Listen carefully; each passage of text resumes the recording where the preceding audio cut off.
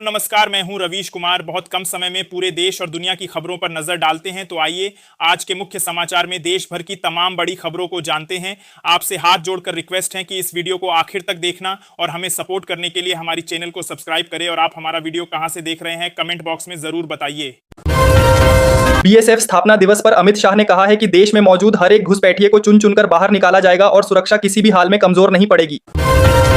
मध्य प्रदेश के सागर में मस्जिद की खुदाई के दौरान मूर्ति जैसे अवशेष मिलने का दावा हुआ है। खबर फैलते ही लोग जुटे हैं और पूजा शुरू हो गई है। इलाका संवेदनशील है और प्रशासन ने अफवाहों से बचने की अपील की है। हिमाचल के संजौली में मस्जिद विवाद बढ़ा है। हिंदू संगठनों का कहना है कि गिराने का आदेश वापस लिया जाए। सड़क पर भीड़ जुटी है और प्रशासन पूरी तरह अलर्ट पर है। अखिलेश यादव ने कहा है कि विपक्ष की सभी पार्टियां मिलकर सिर्फ एक मांग कर रही हैं कि वोटर लिस्ट पूरी तरह साफ, सही और बिना छेड़छाड़ के बने। यही लोकतंत्र की बुनियाद है। अखिलेश यादव ने गरजते हुए कहा कि समाजवादी पार्टी वर्ष 2027 में बीजेपी को हराने के लिए पूरी तरह तैयार है। उन्होंने कहा, हवा बदल रही है, जनता फैसला देगी। एसआईआर पर सियासत फिर भड़क उठी है। अखिलेश यादव ने कहा, बिहार में जैसा खेल हुआ वह सबकी आंखों के सामने है। जहां जहां तेजस्वी और आरजेडी मजबूत थी, वहीं सबसे बड़ा खेल हुआ। अफगानिस्तान को पाकिस्तानी पीएम शहबाज शरीफ ने सीधी धमकी दी है। उन्होंने कहा कि हालात नहीं सुधरे तो तालिबान की पूरी सत्ता को एक झटके में पलट देंगे। तालिबान को तख्ता पलट की धमकी देना शहबाज शरीफ और जनरल मुनीर पर भारी पड़ सकता है। अफगान बॉर्डर पर तनाव बढ़ने के साथ दोनों की कुर्सी डगमगाने की चर्चाएं तेज हो गई हैं। वाराणसी में राहुल गांधी के खिलाफ लंबित निगरानी याचिका की सुनवाई 18 दिसंबर को होनी तय हुई है, जिससे राजनीतिक हलचल और तेज हो गई है। कांग्रेस नेता उदित राज ने कहा है कि नीतीश कुमार चुनाव जीते नहीं बल्कि उन्हें जिताया गया है। उनका दावा है कि बिहार चुनाव पहले से फिक्स था और जनता को सिर्फ नतीजा सुनाया गया।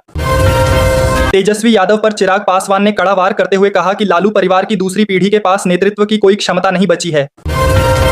पाकिस्तान में भारत से हमले की आशंका को लेकर खौफ और बढ़ गया है। आर्मी चीफ के बयान के बाद मंत्री ख्वाजा आसिफ की चिंता खुलकर सामने आ रही है। बरेली में युवाओं के लिए बड़ी खुशखबरी है। मुख्यमंत्री योगी के आदेश पर एक एम्प्लॉयमेंट जोन बनाया जाएगा, जहां बड़े पैमाने पर नौकरियों के अवसर खुलेंगे।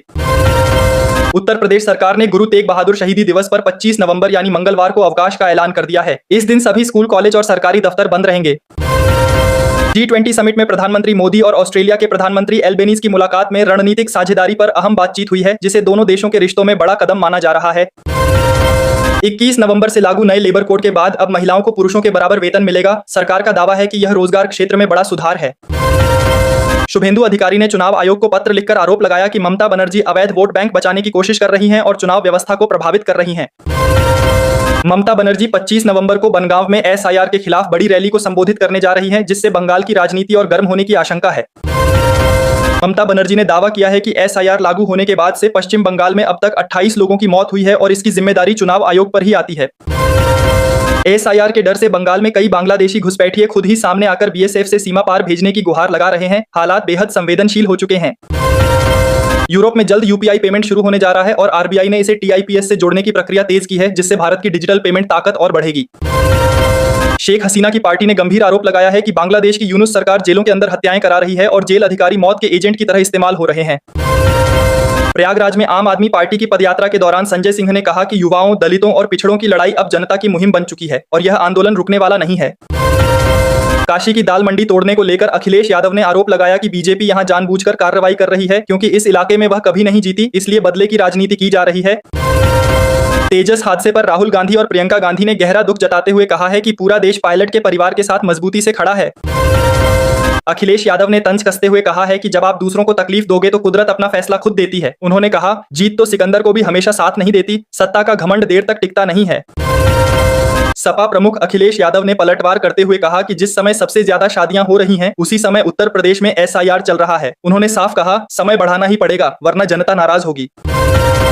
प्रशांत किशोर ने बिहार पर बड़ा हमला बोला और कहा कि लोकतंत्र के साथ बहुत बड़ा अन्याय हुआ है। जनता की आवाज दबाई गई है और अब ये बात किसी से छिपी नहीं है। लखनऊ में योगी आदित्यनाथ ने कहा कि दूसरों के लिए संकट खड़ा करने वाले खुद उसी संकट में फंसे दिखाई दे रहे हैं। उन्होंने कहा कि वर्चस्व जमाने के लिए कुछ लोग जानबूझकर अस्थिरता पैदा कर रहे हैं। भारत ने अपने दूतावासों में चीनी नागरिकों के पर्यटक वीजा को फिर से स्वीकार करना शुरू कर दिया है, जिसे पूर्वी लद्दाख में तनाव कम होने का संकेत माना जा रहा है। पाकिस्तान ने बयान जारी किया है कि बांग्लादेश अपने मसले खुद सुलझाने में सक्षम है। पूर्व प्रधानमंत्री शेख हसीना की मौत की सजा को उन्होंने पूरी तरह आंतरिक मामला बताया है। दिल्ली एनसीआर में हवा इतनी जहरीली हो चुकी है कि कई इलाकों में एक्यूआई 400 के पार पहुंच गया है। लोगों के लिए सांस लेना मुश्किल हो गया है और प्रदूषण का कहर लगातार बढ़ रहा है। पाकिस्तान में संविधान संशोधन पर जबरदस्त बवाल मचा है। पीटीआई और टीटीएपी समर्थक सड़कों पर उतर आए हैं और इमरान खान की बहनों से बदसलूकी के आरोपों ने माहौल को और ज्यादा भड़का दिया है। इस हफ्ते सोना और चांदी दोनों की कीमतों में तेज गिरावट आई है। सोना 1648 रुपए टूटा और 1,23,000 पर पहुंचा, जबकि चांदी 8,238 रुपए गिरकर 1,51,000 किलो पर बिक रही है।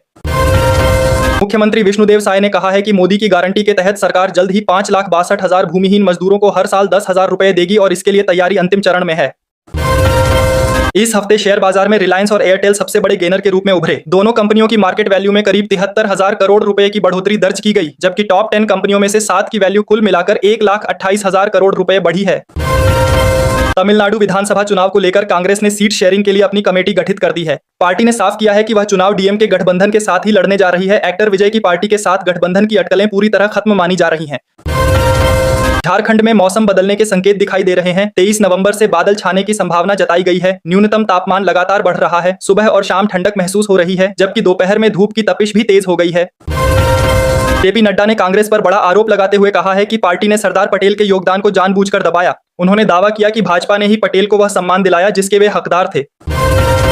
उत्तर प्रदेश में अवैध घुसपैठियों पर सख्ती बढ़ाने की तैयारी है। मुख्यमंत्री योगी आदित्यनाथ ने अस्थायी डिटेंशन सेंटर बनाने के निर्देश दिए हैं और संबंधित अधिकारियों को स्पष्ट तौर पर कड़ी कार्रवाई करने को कहा है। G20 शिखर सम्मेलन में प्रधानमंत्री नरेंद्र मोदी ने वैश्विक नेतृत्व को संबोधित किया। उन्होंने विकास के नए मानक गढ़ने का आह्वान करते हुए देशों से मिलकर आगे बढ़ने की अपील की।